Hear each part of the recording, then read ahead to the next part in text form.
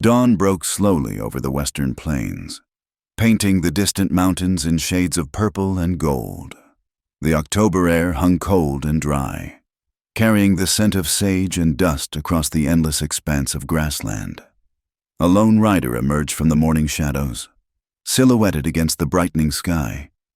Clara Matthews pulled her worn shawl tighter against the biting wind, her brown eyes hollow with exhaustion. 3 weeks had passed since that terrible day, yet every sunrise felt like a fresh wound. Her horse, a sturdy bay mare she'd bought with the last of her savings, picked its way carefully through the rocky terrain. Clara's hands, once soft from tending her small garden back in Missouri, were now cracked and bleeding from the rains. She closed her eyes briefly, and the memories crashed over her like a flash flood. The stagecoach had been making good time that morning, carrying her and little Emma away from the painful memories of Thomas's death. The consumption had taken her husband slowly, leaving her with debts she couldn't pay and a 5-year-old daughter who still asked when Papa would come home. The journey west to her sister's ranch in California had seemed their only hope for a fresh start. Then the outlaws came. 6 men, faces covered with bandanas, guns blazing in the morning sun. The driver tried to outrun them, but a well-placed shot sent the coach careening off the trail. Clara remembered the world spinning, Emma's terrified screams, the taste of blood in her mouth. When she'd awakened hours later, her head throbbing and her dress torn. The coach lay on its side like a broken toy. The driver was dead, the other passengers gone, and Emma was nowhere to be found. The sheriff in the last town had listened to her story with skeptical eyes. A woman traveling alone, claiming her daughter had been taken by outlaws. He'd suggested perhaps the child had wandered off, gotten lost in the confusion. Maybe coyotes had. Clara had fled his office before he could finish that terrible thought. Now, as her horse descended toward a small frontier town nestled in a valley, Clara steeled herself for more of the same. Sunset Ridge appeared no different from the dozen other settlements she'd passed through, a collection of weathered buildings clustered around a dusty main street, smoke rising from chimneys, the inevitable saloon dominating one corner of the square. The townspeople noticed her immediately. A woman alone on horseback, her dress mud-stained and torn at the hem, her hair escaping from beneath a battered bonnet. She was an unusual sight. Men paused in their conversations to stare. Women pulled their children closer, whispering behind gloved hands. Clara kept her chin high, though each suspicious glance felt like a needle in her skin. She dismounted near the general store, her legs trembling from exhaustion. The horse needed water and feed, and she needed information. Had anyone seen a group of men traveling with a young girl, a blonde child who sang Amazing Grace when she was frightened? "Can I help you, ma'am?" The store owner, a portly man with graying whiskers, emerged from the doorway. His tone was polite but wary. "I need supplies." Clara managed, her voice hoarse from calling Emma's name across empty canyons. "And information. I'm looking for my daughter. She was taken by outlaws 3 weeks past." The man's expression shifted to pity, mixed with doubt. "That's a hard thing, ma'am. These parts see plenty of trouble. You might want to speak with the marshal, though he don't much cotton to wild tales." Wild tales. Clara's composure, held together by threads of desperate hope, finally snapped. She stumbled toward the center of the square, her vision blurring with tears she'd held back for days. The weight of her loss, the futility of her search, the cruel indifference of strangers, it all crashed down upon her. "Please," she cried out, her voice breaking across the dusty square. "Someone help me find my daughter. She's only 5 years old. Her name is Emma. She has golden hair and blue eyes like her father's. She's afraid of the dark, and she needs her mother. Please." Her sobs echoed off the wooden buildings. Men looked away uncomfortably. Women hustled past, avoiding her eyes. Clara fell to her knees in the dirt, her tears creating small dark spots in the dust. "Please, someone help me find my daughter." From his position against a wooden post outside the saloon, Jonah Hawthorne watched the scene unfold. He'd seen plenty of suffering in his 32 years, The war had shown him enough to last several lifetimes. But something about this woman's raw grief stirred memories he'd tried to bury. He studied her with eyes the color of winter sky, noting the determined set of her shoulders even in despair, the way she clutched a small cloth doll to her chest. Her daughter's, no doubt. Jonah was not a man given to involvement in others' troubles. The scar running from his left temple to his jaw served as a permanent reminder of the cost of caring too much. Yet he found himself pushing away from the post, his spurs chiming softly as he crossed the square. He moved with the easy grace of a man comfortable with violence, but not eager for it. His clothes were practical worn leather chaps, a dust-colored shirt, a hat that had seen better days. The Colt .45 at his hip was well maintained, but not flashy. Everything about him spoke of competence without showmanship. Jonah stopped a respectful distance from the kneeling woman, then slowly removed his hat. "Ma'am," he said, his voice low and steady as distant thunder.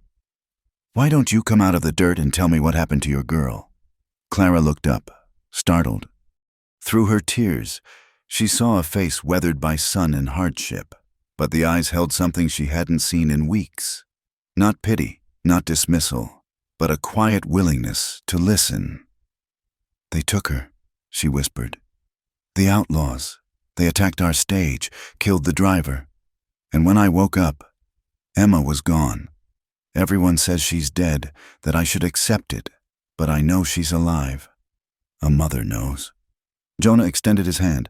After a moment's hesitation, Clara took it, allowing him to help her to her feet. His grip was calloused but gentle. "When?" he asked simply. 3 weeks ago, near Devil's Creek." Clara wiped her face with a trembling hand, trying to gather her dignity. 6 men. They wore bandanas, but one had a tattoo on his gun hand, a snake eating its tail. Something flickered in Jonah's expression. "The Morrison gang," he said quietly. "They've been working this territory for months. Stagecoaches, freight wagons, even hit a few homesteads." "You know them?" Hope flared in Clara's chest like a struck match. "Know of them." Jonah studied her with those winter blue eyes, seeming to weigh something in his mind. "Ma'am, I need you to think careful like. Why would outlaws take a child? They're in the business of quick robbery, not complications." Clara's jaw tightened. "I've thought of little else. The sheriff in Millfield said. He suggested they took her to—" She couldn't finish, but Jonah nodded grimly. "There's been talk of children disappearing, rumors about them being sold to mining operations further west. Children can work in spaces grown men can't reach." His voice held a controlled anger that surprised Clara. "It's evil business." "Then you believe me?" The words came out as barely more than a breath. "I do."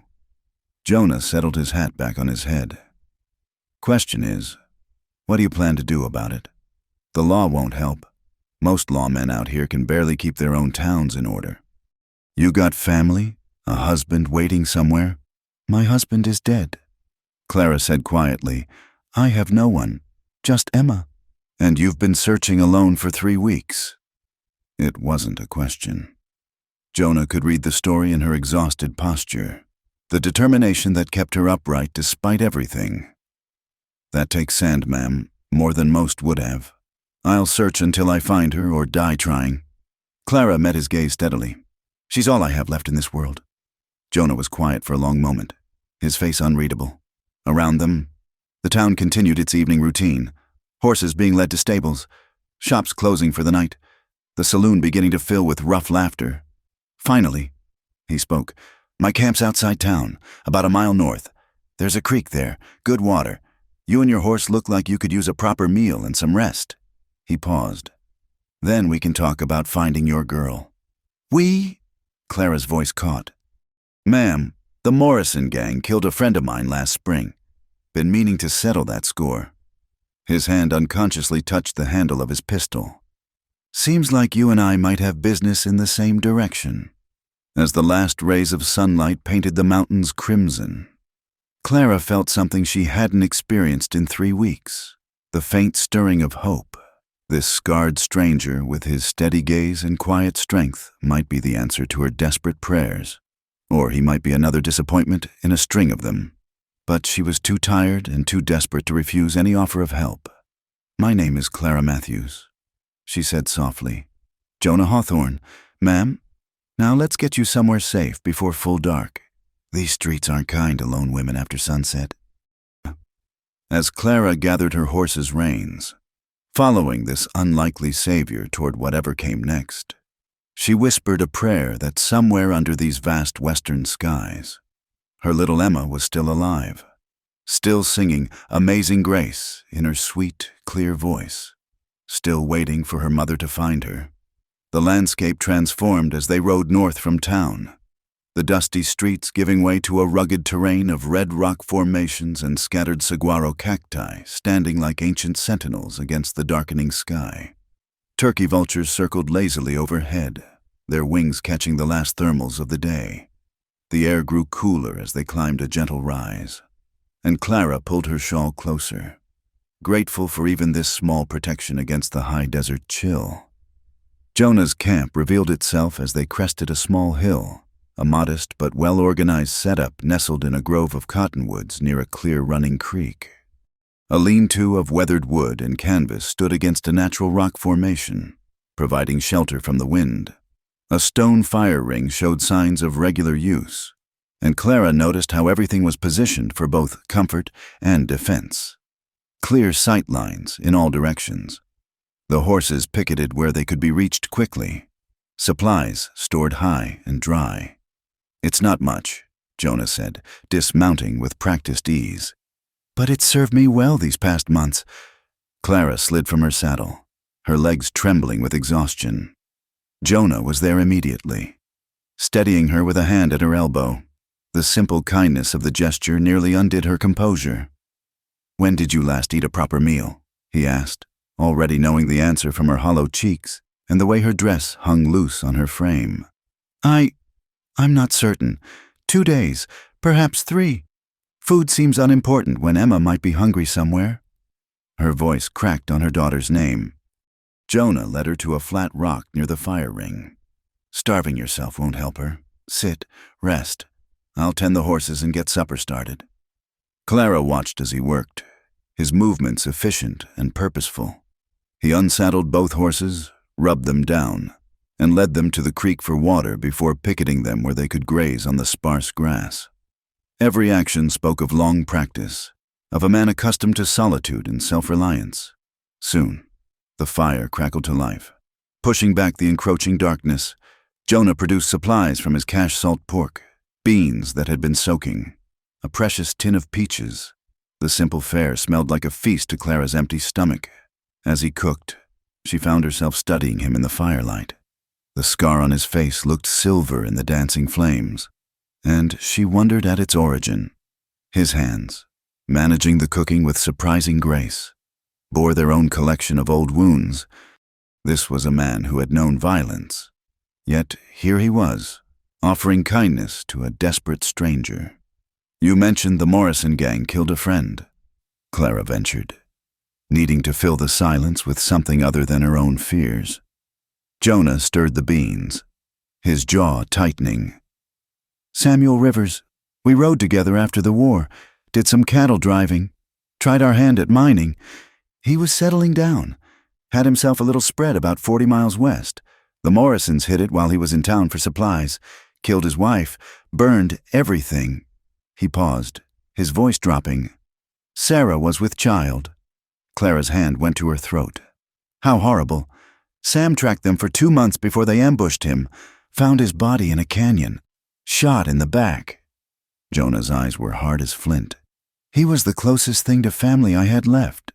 They sat in companionable silence as the meal cooked, the fire popping and sending sparks spiraling into the star-filled sky. When Jonah handed her a tin plate heaped with food, Clara forced herself to eat slowly despite her hunger. The hot food seemed to awaken parts of her that had been numb for weeks. "Tell me about your daughter," Jonah said quietly, settling across from her with his own plate. Clara's eyes misted, but she smiled.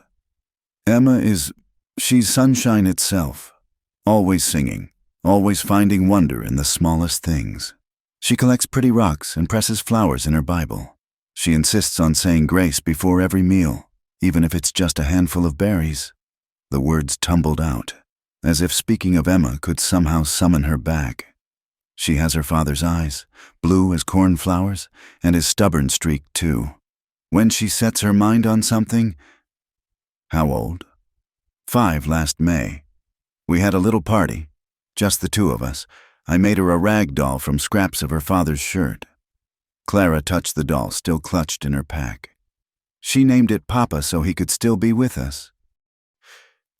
Jonah listened without interrupting, letting her talk until the words finally ran dry. The fire had burned down to glowing coals, and the desert night wrapped around them like a blanket, filled with the distant howl of coyotes and the whisper of wind through rock. "Her cry for her missing daughter," Jonah said softly, more to himself than to her. "I heard it in town, cut through everything else like a blade." Clara looked at him in surprise. He continued, staring into the dying fire. "I lost my sister in a sandstorm when I was 15. Mary was only 10, wandered off while I was tending the horses. The storm came up sudden turned the world to churning dust. I searched for 3 days, calling her name until my throat bled." His voice was steady, but Clara could hear the old pain beneath. "Never found her. My parents never forgave me, and I never forgave myself. Jonah, I'm so sorry."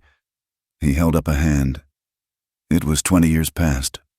But standing in that square today, hearing your grief, it took me back, made me remember what it's like to lose someone innocent, someone you were supposed to protect."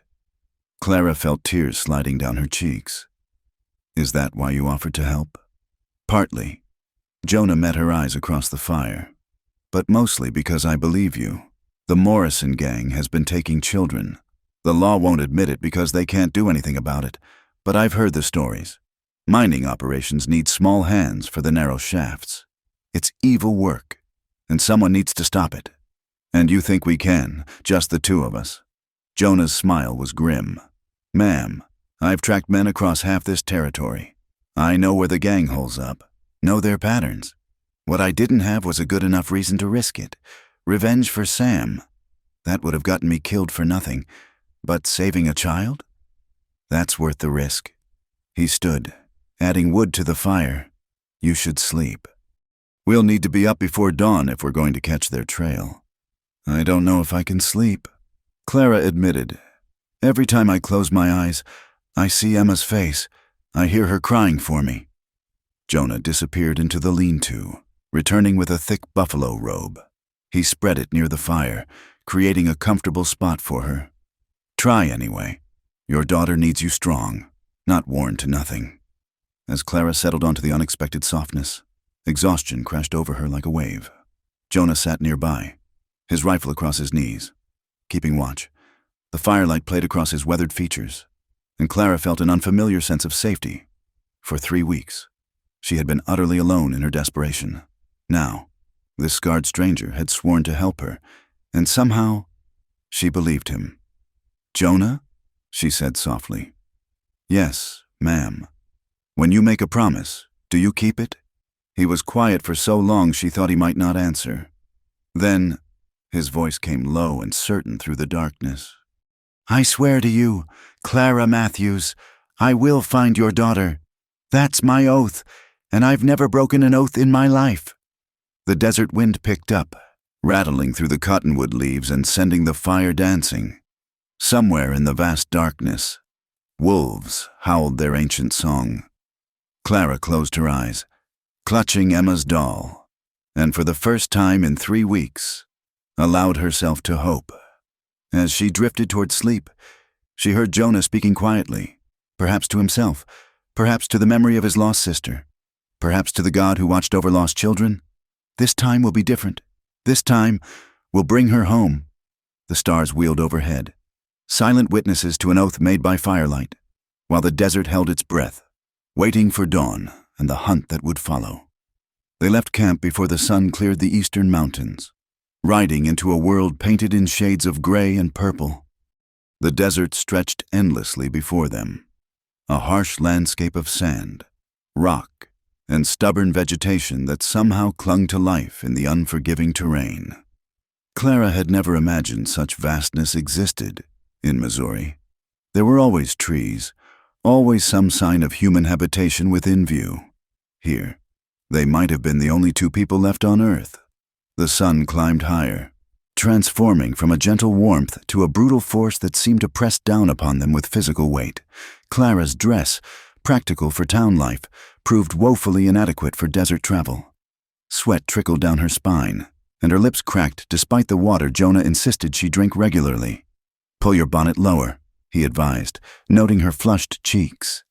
"The sun out here doesn't forgive carelessness." They rode in companionable silence, Jonah reading signs in the landscape that were invisible to Clara's untrained eyes. Occasionally he would dismount, studying tracks or broken vegetation, his expression focused and intent. Clara watched him work, impressed by his competence and grateful beyond words for his presence. Near midday, they encountered a small party of freight wagons heading east. Jonah raised his hand in greeting, and the lead driver, a grizzled man with skin like leather, called a halt. "Jonah Hawthorne," the driver said with evident surprise. "Haven't seen you since that business in Tucson." "Frank," Jonah acknowledged with a nod. "This is Mrs. Matthews. We're looking for information about the Morrison gang." Frank's expression darkened, and he spat tobacco juice into the dust. "Those devils. Word is they hit a mining supply convoy 3 days back, up near Serpent's Pass, killed 2 guards, made off with ammunition and supplies." "Just supplies?" Jonah's voice was carefully neutral. Frank glanced at Clara, then back to Jonah, understanding passing between them. "There's been talk. Children going missing from settlements, ending up in the mines. The Silver Creek operation, specifically. Man named Thornberry runs it, mean as a rattlesnake and twice as poisonous." Clara's heart leaped. "Have you heard anything about a little girl? 5 years old? Golden hair?" Frank's weathered face softened. "Can't say as I have, ma'am, but—" He hesitated, then continued. "My partner Jake, riding rear guard. He came through a trading post 2 days past. Heard tell of riders moving through with young ones, keeping to the back trails, moving at night mostly." "Which trading post?" Jonah asked sharply. "McKenna's, about 30 miles northwest. Follow the old Spanish trail till you hit the red rocks shaped like praying hands. Then bear west." Jonah touched his hat brim. "Obliged. Frank, watch yourself out here." "You too, friend, and ma'am." Frank looked directly at Clara. "I got young ones of my own. I pray you find yours." As the wagons rumbled away, Clara felt tears threaten again. The kindness of strangers in this hard land continued to surprise her. She and Jonah pressed on, angling northwest across increasingly difficult terrain. They stopped to rest the horses beside a narrow stream that carved its way through a canyon of red stone. Clara knelt at the water's edge, splashing her face and refilling their canteens. In the crystal-clear water, she caught sight of her reflection and hardly recognized herself. 3 weeks of searching had carved hollows in her cheeks and painted dark circles beneath her eyes. But there was something else, too. A hardness, a determination that hadn't been there before. "You're adapting," Jonah observed, watching her. "Most city women would have given up by now. I'm not most women," Clara replied, surprising herself with the steel in her voice. "And Emma is not most children." Jonah smiled, the expression transforming his scarred face. "No, ma'am, I don't believe you are." They were preparing to mount up again when the sandstorm hit. Clara had seen storms in Missouri, thunderstorms that shook the house, tornadoes that could level a town, but nothing had prepared her for the fury of a desert sandstorm. It began as a brown smudge on the horizon, growing with terrifying speed into a wall of churning dust that blotted out the sun. The wind struck like a physical blow, driving sand that stung like 1,000 needles. "Get down!" Jonah shouted over the rising howl. "Under the overhang!" He grabbed both horses' reins, fighting to control the panicking animals as he led them to shelter beneath a jutting rock formation. Clara stumbled after him, her skirts whipping around her legs. sand filling her mouth and nose. They huddled against the rock face. The horses pressed close, as the world disappeared into a brown fury. Sand found its way into everything, their clothes, their hair, their supplies. The wind screamed like a living thing, and Clara thought of Jonah's sister, lost forever in a storm like this. "Put this over your face." Jonah pulled her against him, wrapping his duster around them both. In the strange twilight of the storm, pressed against his solid warmth, Clara felt paradoxically safe. His arms encircled her, his fierce embrace shielding her from the worst of the sand's assault. Time lost meaning in the howling darkness. Clara found herself thinking of Emma, wondering if her daughter was somewhere safe from this terrible storm. The thought of her child enduring such terror alone nearly broke her resolve. But Jonah's steady presence anchored her to hope. Gradually, imperceptibly at first, the wind began to die. The terrible roar faded to a moan, then to whispers, and finally, to silence. They emerged from their shelter to find a transformed landscape, familiar landmarks erased, new dunes piled against rocks, the very shape of the land altered. "Are we lost?" Clara asked, shaking sand from her skirts. Jonah studied the sky, now clearing to reveal the afternoon sun. "No, ma'am, the mountains don't move. No matter what the sand does, we'll find our way." They spent precious time digging out their supplies and calming the horses. Everything was coated in fine dust, and Clara knew she would be finding sand in her belongings for days to come. But they had survived, and that was what mattered. As they resumed their journey, the landscape showed the storm's violence. Cacti lay toppled, their shallow roots exposed. A dead rattlesnake, caught in the open, lay half buried in a new dune. The trail they had been following was completely obliterated. "This is what took Mary," Jonah said quietly, the first time he had spoken his sister's name since the previous night. "A storm like this, maybe worse. I used to hate the desert for it, spent years away, trying to forget." "What brought you back?" Clara asked gently. "Realized I was carrying the desert inside me anyway. The emptiness, the harsh beauty, the sudden violence. It was all there whether I was in San Francisco or St. Louis or anywhere else. Figured if I had to live with it, might as well be here where at least it's honest about what it is." They rode on through the storm-altered landscape, two small figures against the vastness. As the sun began its descent toward the western mountains, painting the rocks in shades of gold and crimson, they spotted the distinctive formation Frank had described. Two tall spires of red rock that did indeed resemble hands pressed together in prayer. "McKenna's trading post is just beyond," Jonah said. "We'll get information there, resupply if needed, but Clara..." She looked at him, noting the serious set of his features. "From here on, we're in dangerous territory. The Morrison gang has friends in these parts, and Thornberry's reach is long, if they know we're coming." "I understand," Clara said firmly. "I'm not afraid. You should be." Jonah replied, "Fear keeps you careful, but courage..." He met her eyes. "Courage is being afraid and pushing forward anyway. You've got that in spades." Clara Matthews. As they urged their tired horses toward the trading post, Clara thought about fear and courage, about the strange turns life could take. A month ago, she had been a grieving widow trying to start a new life. Now she was riding through hostile territory with a scarred stranger, chasing outlaws who had stolen her child. The woman she had been would have been terrified. The woman she was becoming was simply determined. The setting sun stretched their shadows long across the desert floor, and somewhere ahead, Clara believed with every fiber of her being, Emma was waiting for her mother to come.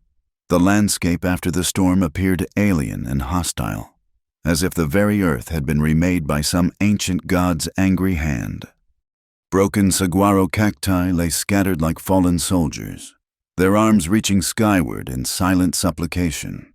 The sky, washed clean by the storm, stretched endlessly above them in shades of ash and pewter, following wagon wheel ruts that appeared and disappeared like ghost trails. Jonah led them through a maze of arroyos and mesas.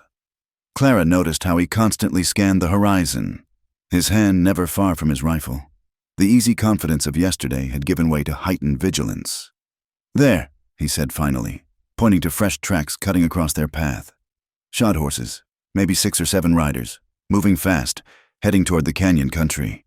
Clara's heart quickened. The Morrison gang? Could be anybody. But these tracks are fresh made since the storm. He dismounted, studying the prints more closely. One of the horses has a cracked shoe. That'll slow them down some. They followed the trail into increasingly rough country, where the red rocks rose like ancient fortresses and the path narrowed to barely more than a goat track.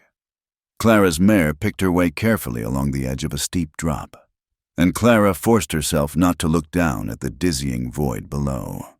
As the sun reached its zenith, they encountered something that made Jonah pull up sharp. A group of riders approached from the opposite direction. Native Americans, their faces painted with ochre and white clay. Clara's hand went instinctively to the small pistol Jonah had insisted she carry, but he raised a hand in warning. "Lakota," he said quietly. "This is their land. Keep your hands visible and let me talk." The lead rider, a man with silver threading through his long black hair and an eagle feather in his headband, raised his hand in greeting. To Clara's surprise, he spoke in accented but clear English. "Jonah Hawthorne. It has been many moons since you rode through our territory. Red sky." Jonah replied with evident respect. "I seek the men who take children. Have your people seen them?" Red Sky's expression darkened. "The child stealers. Yes, we have seen them. They poison the land with their presence." He looked at Clara, and something in her desperate expression must have touched him. "You seek your child? Mother?" "My daughter," Clara managed, her voice thick with emotion. "She's only 5 winters. Golden hair like sunshine, eyes blue as the sky. Have you seen her?" The Lakota warriors exchanged glances. A younger man spoke rapidly in their language, gesturing toward the northwest. Red Sky listened, then nodded gravely. 3 suns passed. My nephew saw riders with children near the place of red waters. A girl with hair like corn silk was among them. She sang as they rode, a strange song, like the white man's prayer songs. Clara gasped, her hands flying to her mouth. "Amazing Grace." "She sings Amazing Grace when she's frightened." Tears streamed down her face. "She's alive. My Emma is alive. The child stealers take them to the demon hole." Red Sky continued, his voice heavy with disgust. "The place where men dig in the earth like dogs, seeking the yellow metal. It is a place of death. Thornberry's Silver Creek mine," Jonah said grimly. Red Sky nodded. "We do not go there. The spirits of the mountain weep for what is done in that place. But you, Hawthorne, you have always walked between worlds. If any white man can enter that darkness and return, it is you." He reached into a leather pouch at his side, withdrawing something wrapped in soft doeskin. "For the mother who seeks her child," he said, offering it to Clara.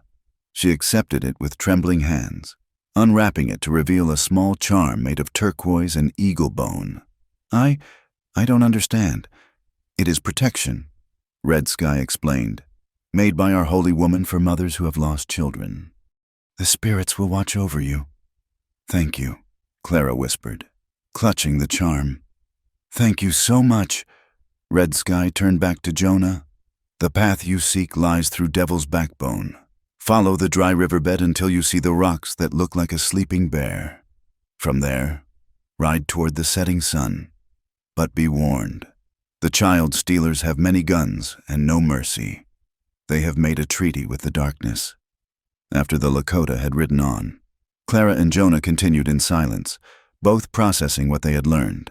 Emma was alive. After 3 weeks of uncertainty, of fearing the worst while hoping for the best, Clara finally had confirmation. Her daughter lived, but in what conditions? What horrors had her innocent child witnessed? They made camp that night on a high plateau, where they could see for miles in every direction. The sunset painted the landscape in shades of blood and gold, beautiful and terrible in equal measure. As Jonah built a small, smokeless fire, Clara sat on a flat rock, turning the Lakota charm over in her hands. "Do you believe in such things?" she asked. "Charms and spirits?" Jonah considered the question as he worked. "I've seen enough to know there's more to this world than what we can touch and measure. Whether you call it God or spirits or just the mystery of things, there's power in belief. And that charm represents something powerful, one mother reaching out to help another. That's its own kind of magic." They ate a simple meal of hardtack and dried meat, washing it down with water that tasted of alkali. As darkness fell, the desert came alive with sounds. The distant yip of coyotes, the whisper of wind through stone, the occasional scream of a hunting cat. "Tell me about Thornberry." Clara said, "What kind of man enslaves children?" Jonah's face hardened in the firelight. "The kind who sees everything in terms of profit. He came out from Chicago 5 years ago, bought the played-out Silver Creek mine for almost nothing. Everyone said he was a fool. The easy silver was long gone, but he had a different idea. He'd use children to work the narrow veins, the places grown men couldn't reach. And no one stops him? Who would? He's smart about it. Takes orphans, runaways, children no one will miss. Except sometimes he gets greedy. Like with the stage robberies, he pays the Morrison gang to do his dirty work while keeping his own hands clean." Clara shuddered.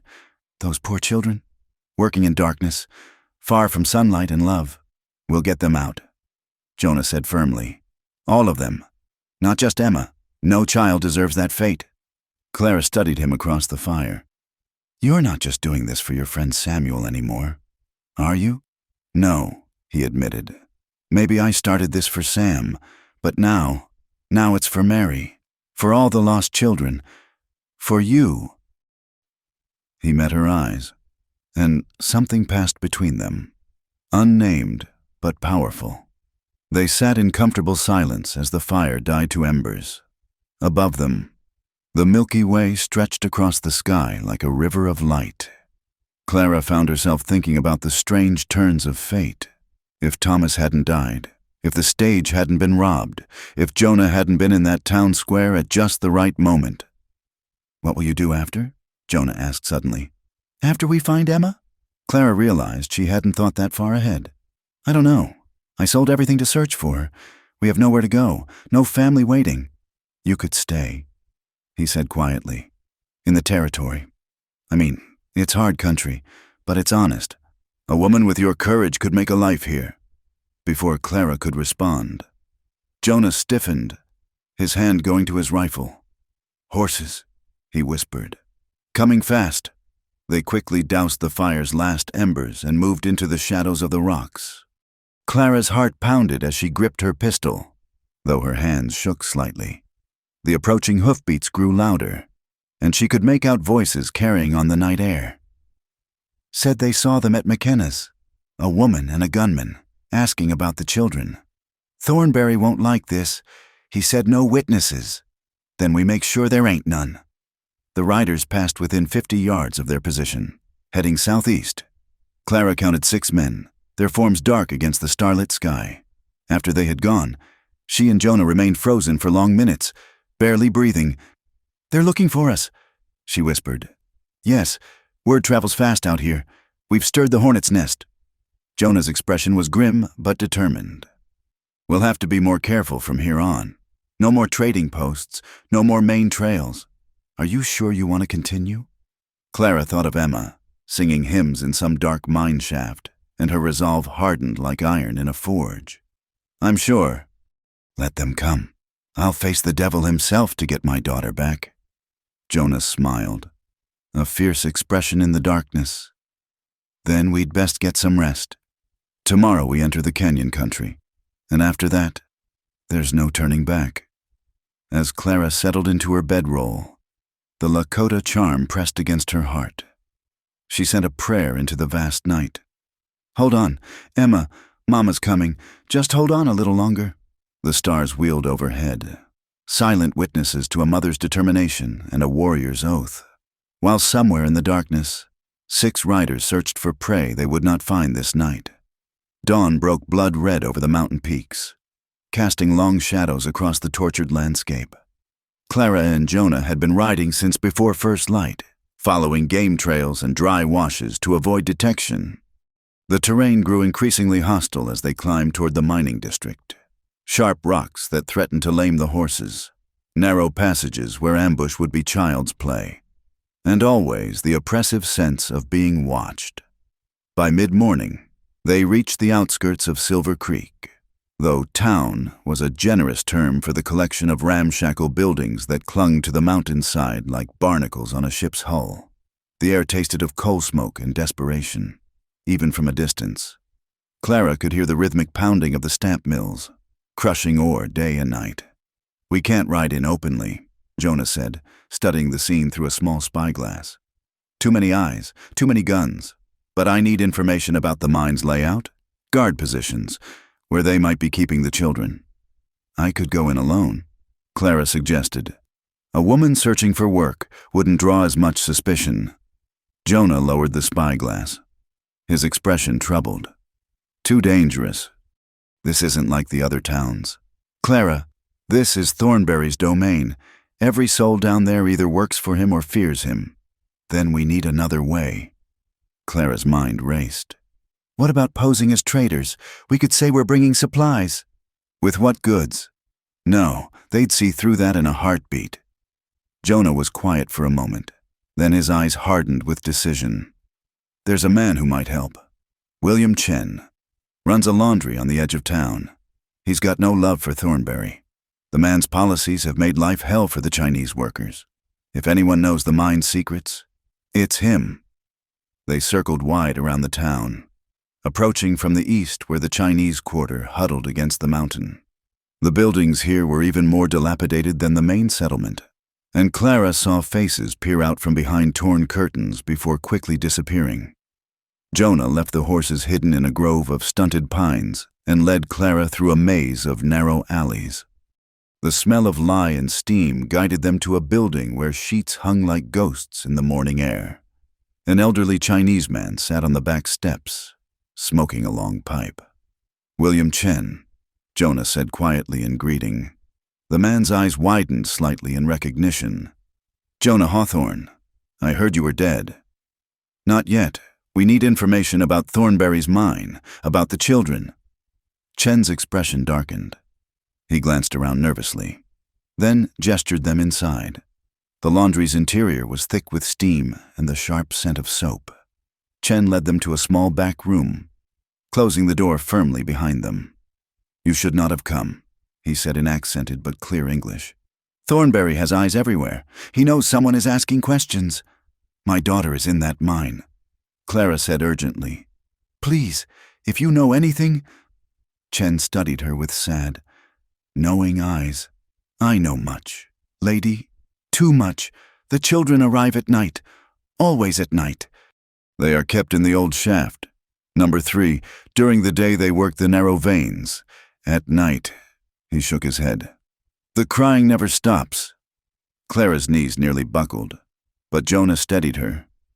"How many children?" he asked. "Perhaps 20, perhaps more. They bring new ones. Others do not survive the darkness and the bad air." Chen moved to an old chest, withdrawing a rolled paper. "This is map of mine. My nephew worked there before the accident. Shaft 3 is here, main entrance here. But there are many guards, many guns." "What about at night?" Jonah studied the map intently. "Shift changes? Weak points? The guards drink much at night. Thornberry provides whiskey to keep them loyal, between midnight and dawn. Only 6 men watch, but the children are locked in iron cages. You would need keys." "Where does Thornberry keep the keys?" "The mine foreman, Jake Morrison, carries them. He sleeps in the office by the main shaft." Chen's voice dropped. "He is cruel man, takes pleasure in the children's fear." Clara felt rage building inside her like a prairie fire. These men had taken her baby, locked her in a cage like an animal. Her hand went unconsciously to the pistol at her hip. "We're getting them out," she said, her voice steady despite the fury burning in her chest. "All of them." Chen shook his head. "Is not possible. You are 2, they are many. You will die, and the children will remain." "Then we die trying," Jonah said simply. "But I don't intend to die, and I don't leave debts unpaid. Thornberry and his men have a reckoning coming." A commotion outside made them all freeze. Shouts, the sound of horses, breaking glass. Chen peered through a crack in the door, then turned back, face pale. "Thornberry's men! They searched the quarter! You must go, now!" He led them through a hidden door into a storage cellar, then up through another building entirely. They emerged in an alley as the sounds of violence grew closer.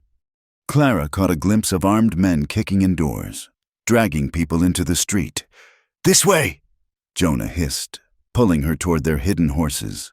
They barely made it to the trees before a shout went up behind them. "There! The woman and the gunman!" Gunfire erupted, bullets whining through the air like angry hornets. Jonah shoved Clara into the saddle, slapping her horse's rump. "Ride! Don't stop!" They thundered through the forest, branches tearing at their clothes, the shouts of pursuers close behind. Jonah led them up a steep ravine, the horses struggling for footing on the loose shale. More gunshots echoed off the canyon walls, just when Clara thought they were trapped. Jonah veered sharply left into what looked like solid rock. A hidden cleft opened into a narrow canyon, barely wide enough for the horses. They plunged through, hooves splashing through a shallow stream, until finally the sounds of pursuit faded behind them. They didn't stop until they reached a high meadow miles from town. The horses stood trembling, sides heaving, foam flecking their bits. Clara slumped in her saddle, adrenaline leaving her shaky and nauseated. "They know we're coming," she said unnecessarily. "Yes." Jonah dismounted, checking his horse for injuries. "But we know where Emma is. That's more than we had yesterday." Clara thought of Chen's words. 20 children, locked in iron cages, crying in the darkness. One of those voices was Emma's. The thought nearly drove her mad. "Tonight," she said suddenly. "We go tonight. They'll expect us to retreat, to regroup. They won't expect an immediate attack." Jonah looked at her. This woman who had been a grieving widow just weeks ago, now talking of night raids and gunfights. "It's dangerous, Clara. Probably suicidal. I don't care. Every hour we wait is another hour Emma suffers. Another hour all those children suffer." She met his gaze steadily. "I'm going tonight, with or without you." A slow smile spread across Jonah's scarred face. "Well then, I guess we'd better make a plan. A real one this time, not just charging in guns blazing." They spent the afternoon preparing. Jonah cleaned and loaded every weapon they had, while Clara studied Chen's map until she had memorized every tunnel and shaft. As the sun began its descent, painting the sky in shades of orange and purple, they made their final preparations. "Clara," Jonah said quietly, checking the loads in his Colt, "if something happens to me—" "Nothing will happen to you," she interrupted fiercely. "But if it does," he continued, "promise me you'll take Emma and run. Don't try to be heroic. Just save your daughter and go." Clara was quiet for a moment, then shook her head. "I can't promise that. Those other children have mothers too, somewhere. Mothers who cry themselves to sleep wondering if their babies are alive. I won't leave them." Jonah studied her in the fading light. "You're the bravest woman I've ever known." "Clara Matthews." "I'm not brave," she replied softly. "I'm just a mother." As darkness gathered around them like a cloak, they mounted their horses one final time. Below, the lights of Silver Creek twinkled like fallen stars, hiding corruption and cruelty behind their glow. Somewhere down there, Emma waited in the darkness. "Ready?" Jonah asked. Clara touched the Lakota charm at her breast, said a silent prayer, and nodded. "Let's go bring our children home." They began their descent toward the Valley of Shadows. 2 figures against an army, armed with determination and righteous fury. The night wind carried the distant sound of stamp mills and drunken laughter, unaware that justice was riding toward them on tired horses, wearing the faces of a grieving mother and a scarred gunman who had both lost too much to lose again. The night wrapped around them like black velvet as they approached the mine. They had left the horses tethered a quarter-mile back, moving now on foot through the shadows. The stamp mill's thunderous rhythm masked any sound they might make. But Clara's heart pounded so loudly she feared it might give them away. The mine entrance loomed before them, a gaping maw in the mountainside lit by scattered lanterns. True to Chen's information, only a handful of guards were visible, most clustered around a fire barrel, passing a bottle between them. Their laughter carried on the cold air, harsh and careless. Jonah touched Clara's arm, pointing to the office building Chen had described. Through a grimy window, they could see a large man slumped over a desk, snoring loudly. Jake Morrison, keeper of the keys. They circled wide, using ore carts and equipment for cover. The entrance to Shaft 3 was set apart from the main operation, protected by a single guard who leaned against a post, clearly fighting sleep. Jonah drew his knife, the blade gleaming briefly in the moonlight. "Wait here," he whispered, but Clara caught his arm. "I'm coming with you. Emma might be frightened if she sees a stranger first." Jonah hesitated, then nodded. Together they crept forward, Clara's every nerve singing with tension. The guard never knew what hit him. Jonah's hand over his mouth, the knife handle striking precisely at the base of his skull. He slumped unconscious to the ground. "The keys," Clara breathed. "Morrison has them. I'll go." A child's cry pierced the night, high and terrified. Clara's body reacted before her mind could stop it. She was running toward the shaft entrance, all thoughts of stealth forgotten. "Clara, no!" Jonah hissed, but she was already descending into the darkness. The shaft was a nightmare made real. The stench hit her first unwashed bodies. Fear and despair mingled in the stale air. A single lantern cast grotesque shadows on the rough-hewn walls. And there, in iron cages barely large enough to stand in, were the children. 20 pairs of eyes stared at her in terror and confusion. Boys and girls. Some as young as 4, others perhaps 10 or 11. Their faces were gaunt, clothes torn and filthy, but Clara's eyes found only one. "Emma?" she whispered. A small figure in the corner cage stirred. Golden hair, matted and dirty but still catching the light. Blue eyes, wide with disbelief. "Mama?" The voice was hoarse, barely audible. "Mama, is it really you?" Clara flew to the cage, her hands gripping the cold iron bars. "Yes, baby, yes, Mama's here. I'm going to get you out." Emma reached through the bars, her tiny fingers touching Clara's face, as if to confirm she was real. "I knew you'd come. I sang the song every night, just like you taught me. Morrison's coming." Jonah's urgent voice from above. "No time for the keys." Clara looked at the lock, heavy and solid. Rage flooded through her. She drew her pistol, pressing the barrel against the lock. "Children, cover your ears." The gunshot was deafening in the enclosed space. The lock held. Clara fired again, then again, desperation fueling her actions. On the 4th shot, the lock shattered. "Mama!" Emma fell into her arms, and Clara held her daughter with fierce desperation, tears streaming down both their faces. "The other children," Emma said, pulling back. "We have to save them too. They cry every night for their mamas." More gunshots echoed from above. Jonah, buying them time. Clara looked at the remaining cages, at all those frightened faces, and made her decision. She began shooting locks, one after another, her ears ringing from the noise. "Run!" she shouted as cages swung open. "Everyone out! Quickly!" The children poured out, some having to be coaxed, others running immediately for the shaft entrance. Clara kept Emma close with one arm while hurting the others with her free hand. They emerged into chaos. Jonah was pinned behind an ore cart, exchanging fire with guards who had been roused by the gunshots. Flames licked at one of the buildings. He must have set it ablaze as a distraction. "This way!" Clara shouted to the children, leading them away from the firefight. But more guards were coming from the main camp, lanterns bobbing in the darkness like demon eyes. "Behind the slag heap!" Jonah called out, still firing. A guard cried out and fell. Another dove for cover. Clara herded the children behind the massive pile of waste rock, her mind racing.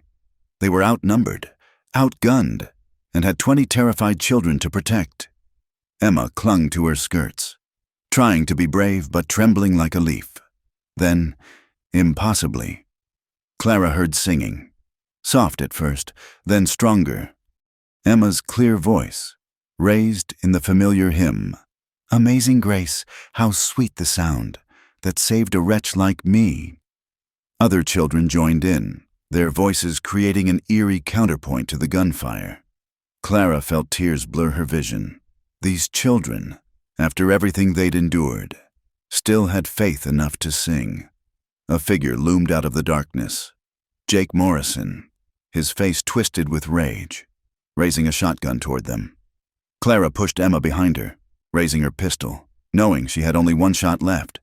The blast of gunfire seemed to go on forever, but it was Morrison who fell, Jonah's rifle shot catching him squarely. The keys at his belt jangled as he hit the ground. "Now!" Jonah was there, blood seeping from a graze on his cheek.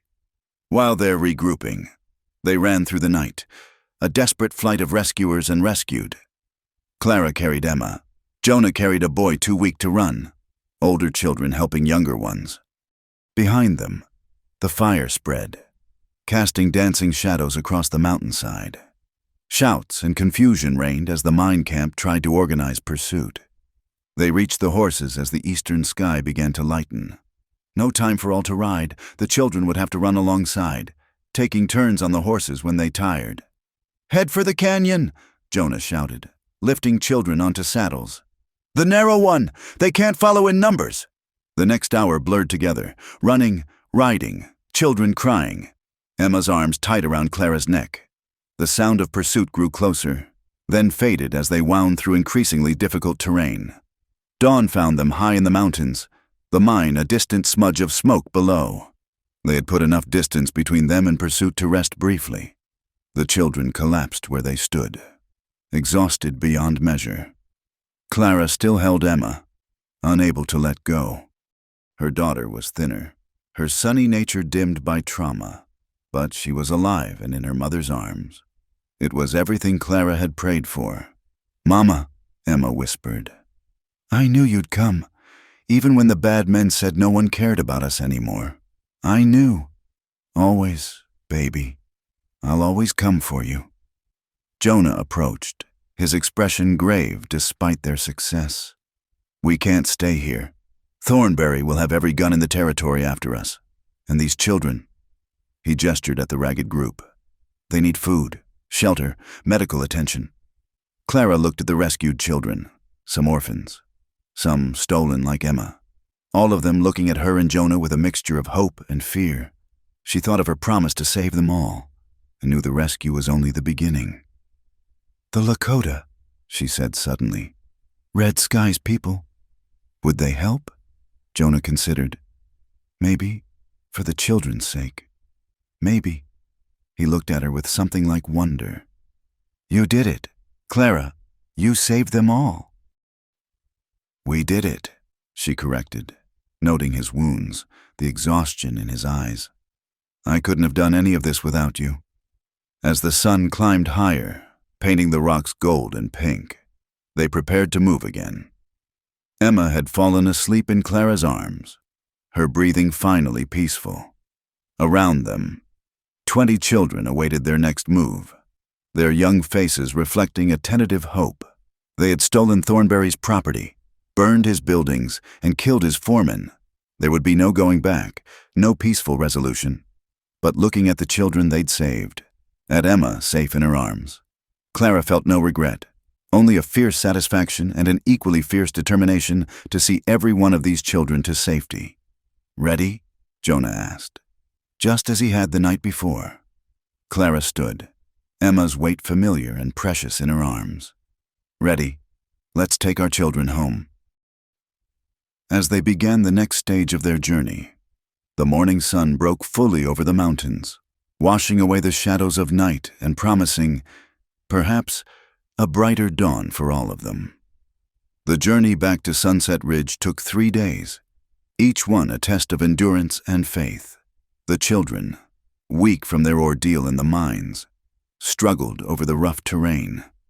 Jonah fashioned a travois from pine branches to carry the youngest ones, while Clara walked beside Emma, never letting her daughter out of sight. On the second night, they sheltered in a box canyon while a cold rain fell. Jonah's wound had begun to fester, the graze deeper than he'd admitted. Clara tended it by firelight, her hands gentle but sure as she cleaned and bandaged the injury. "You're burning with fever," she said quietly, so the children wouldn't hear. "I've had worse," but his face was pale beneath the tan, and she saw how his hands trembled. "Rest. I'll keep watch.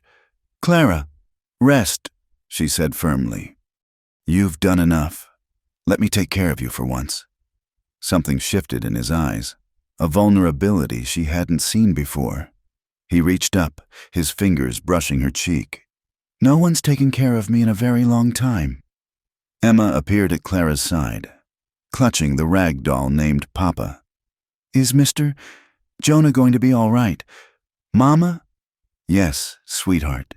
He just needs to rest." Emma studied Jonah's face with serious blue eyes, then placed her doll on his chest. "Papa will watch over him. He watched over me in the dark place." Jonah's eyes misted. "Thank you, little one. I'll take good care of him." By morning, the fever had broken. They continued on, reaching the outskirts of Sunset Ridge as the sun touched the western horizon, but instead of riding directly into town, Jonah led them to the small church on the hill overlooking the settlement. "Reverend Michaels is a good man," he explained. "He'll help with the children."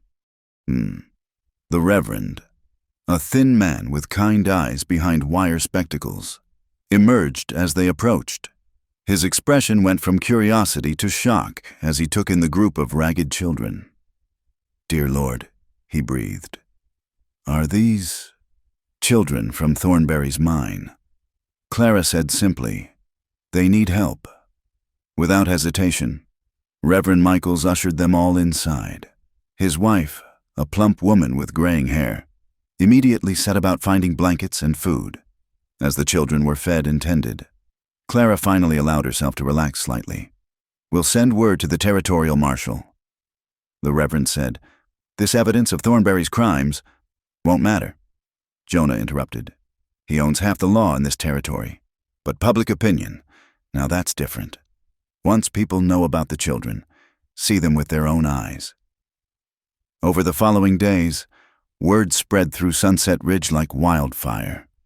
Families came to the church, some searching for lost children, others simply wanting to help. A widow named Mrs.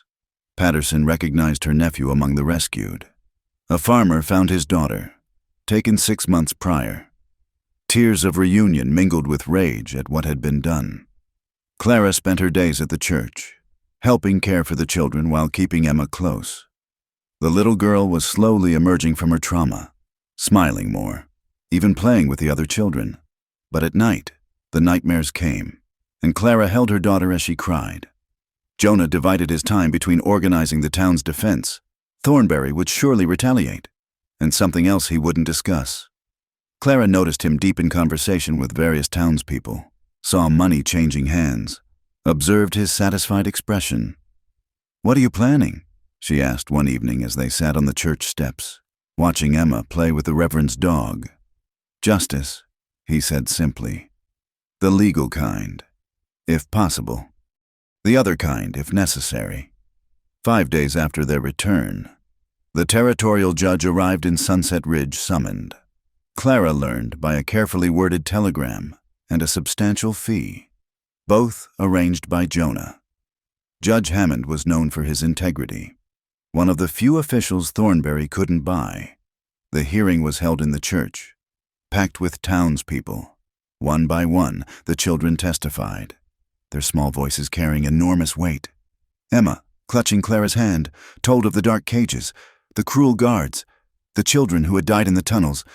"They said no one would come for us," she said, her clear voice filling the church. "But I knew my mama would come. And she did, with Mr. Jonah. They saved us all."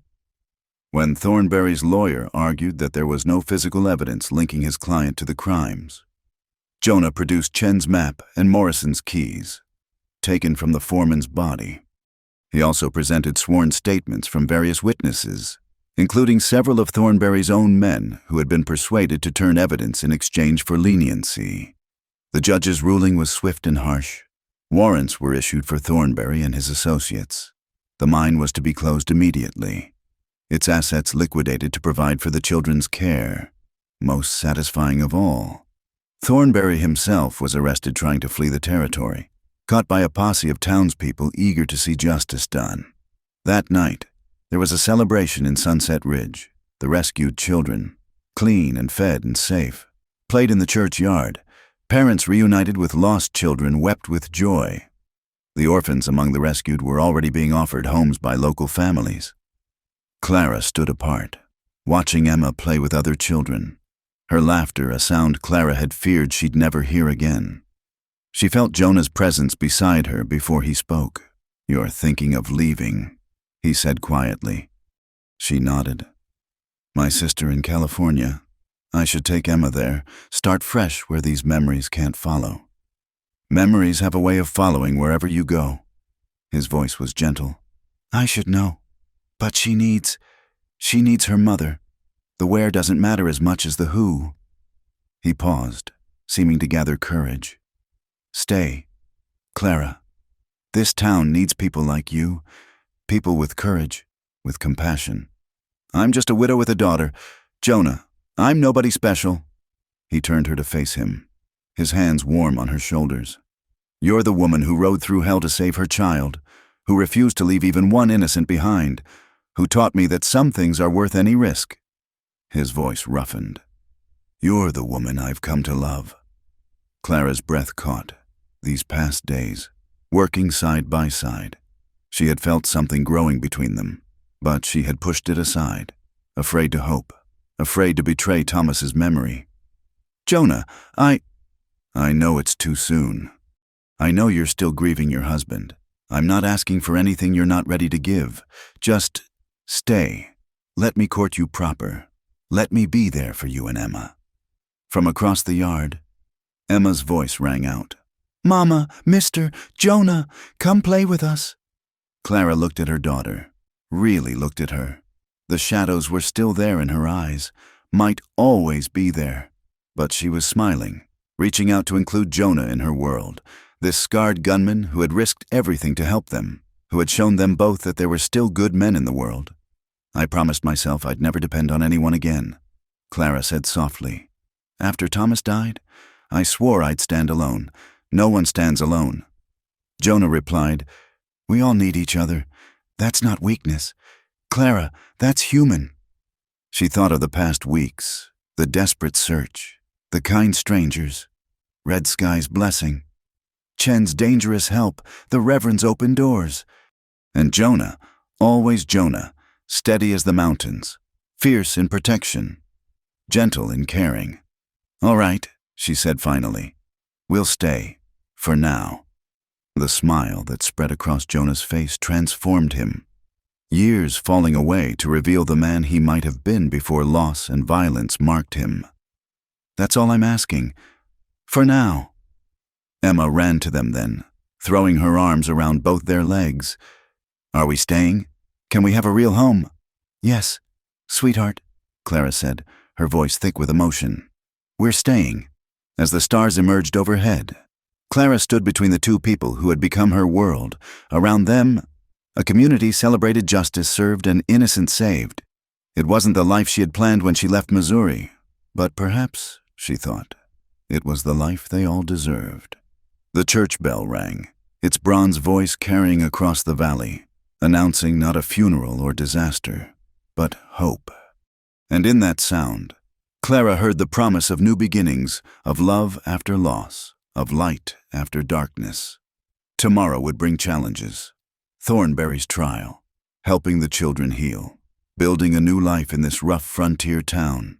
But tonight, with Emma's hand in hers and Jonah solid beside her, Clara allowed herself to believe in the possibility of happiness again. The bell continued to ring, and somewhere in the night, a child's voice rose in song. Not Amazing Grace this time, but a lullaby, sweet and peaceful, the sound of children no longer afraid of the dark. The morning of Thornberry's trial dawned bright and clear, the kind of crystalline autumn day that made the mountains seem close enough to touch. The courthouse in the county seat was packed to capacity. with people spilling out onto the steps. Clara sat in the front row, Emma beside her, their hands clasped together. Jonah stood with the other witnesses, his presence a comforting constant. Thornbury, stripped of his fine clothes and influence, looked diminished in the defendant's chair, but his eyes still held malice as they swept over Clara and the children who had come to testify. Emma squeezed her mother's hand tighter. "Don't be afraid," Clara whispered. "He can't hurt anyone anymore." The trial proceeded swiftly. The evidence was overwhelming, the testimony damning. When the jury returned their verdict, guilty on all charges, a cheer went up from the gallery. Thornbury was sentenced to 20 years hard labor, an ironic fate for a man who had enslaved children in his mines. As they filed out of the courthouse, Clara felt a chapter closing. Justice had been served. The children were safe, and life could begin moving forward. Outside, the afternoon sun painted the town in shades of gold and amber.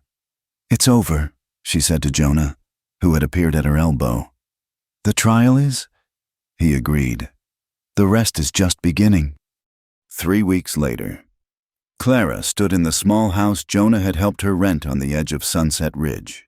It wasn't much, 2 rooms and a lean-to kitchen, but it was theirs. Emma's laughter drifted through the window as she played in the yard with the Reverend's children. A knock at the door interrupted her unpacking. Jonah stood on the threshold, hat in hand, a bouquet of wildflowers clutched somewhat awkwardly in his other hand. I saw these on the ridge and remembered you admiring them." Clara accepted the flowers, touched by his nervousness. This man who had faced down outlaws and rescued children was shy about courting. "They're beautiful. Would you like to come in? I just made coffee." They sat at her small table, the afternoon light slanting through clean windows.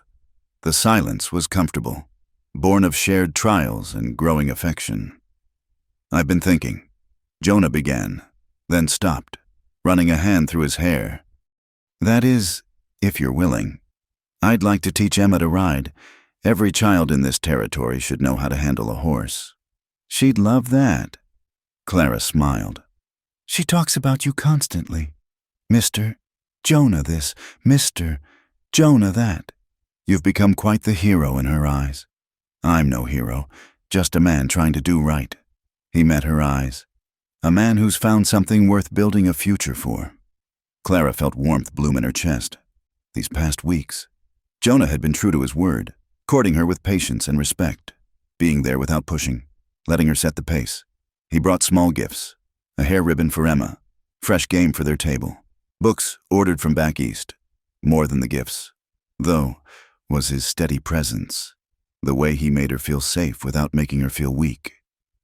"I've been thinking too," she said softly, "about Thomas, about moving forward. He was a good man, and I'll always love him. But I think he'd want us to be happy. He'd want Emma to have a father again." Jonah reached across the table, covering her hand with his. "I'd be honored to be whatever you'll let me be, to both of you." Spring arrived early that year, painting the desert in impossible colors. Wildflowers carpeted the valleys, and the air smelled of sage and new beginnings. The wedding was held in the church where they'd first brought the rescued children, Reverend Michaels presiding with obvious joy. Clara wore her mother's dress, carefully preserved and altered to fit. Emma, in a new blue frock that matched her eyes, scattered flower petals with serious concentration. The church was full. The entire town had come to celebrate this union born of tragedy but blossoming into joy. Jonah waited at the altar, no longer the solitary gunman who'd lived on the margins of society. His face, scarred but dear, lit up when he saw her.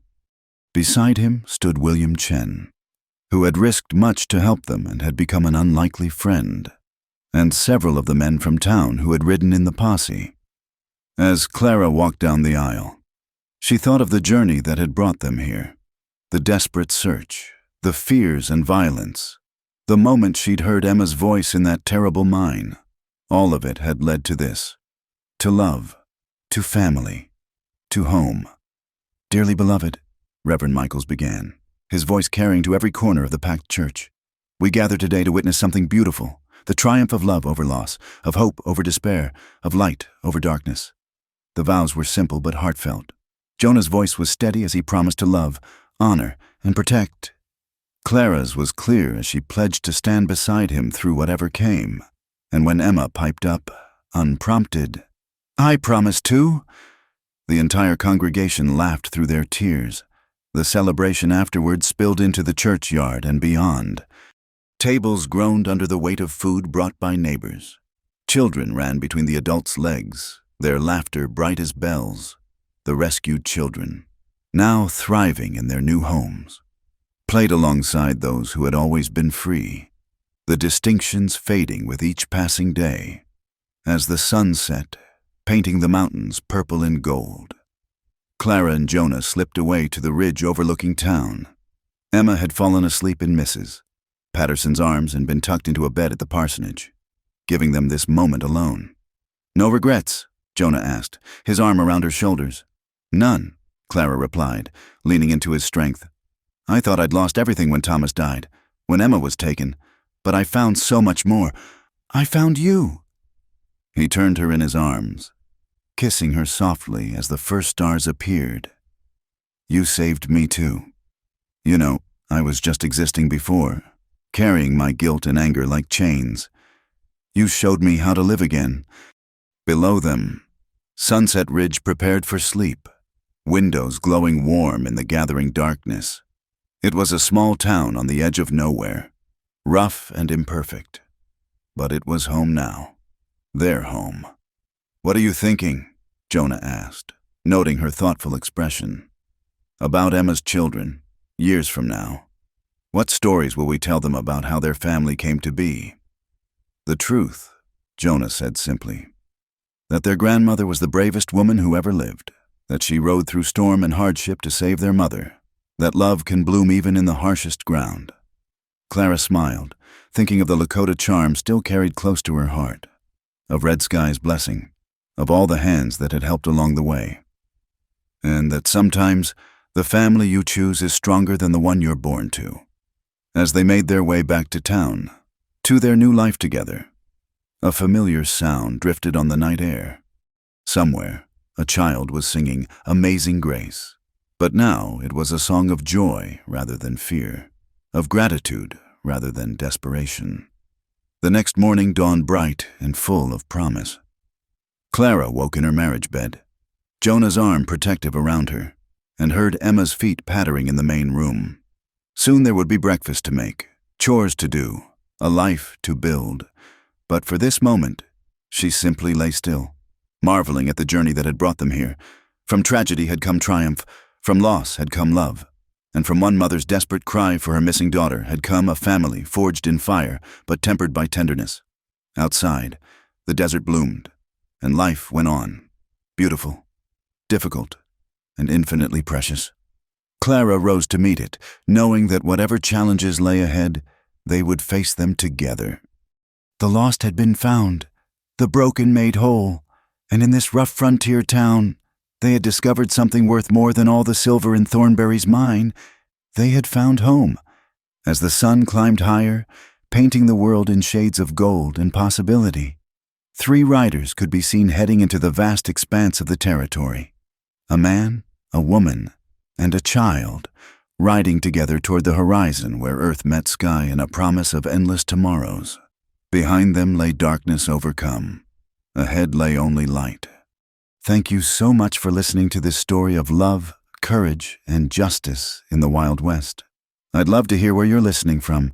Please share in the comments below so we can connect with fellow Western romance enthusiasts from around the world.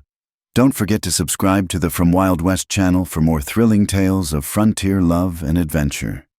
What did you think of Clara and Jonah's journey? Share your thoughts in the comments. I read every one and would love to hear how this story touched your heart.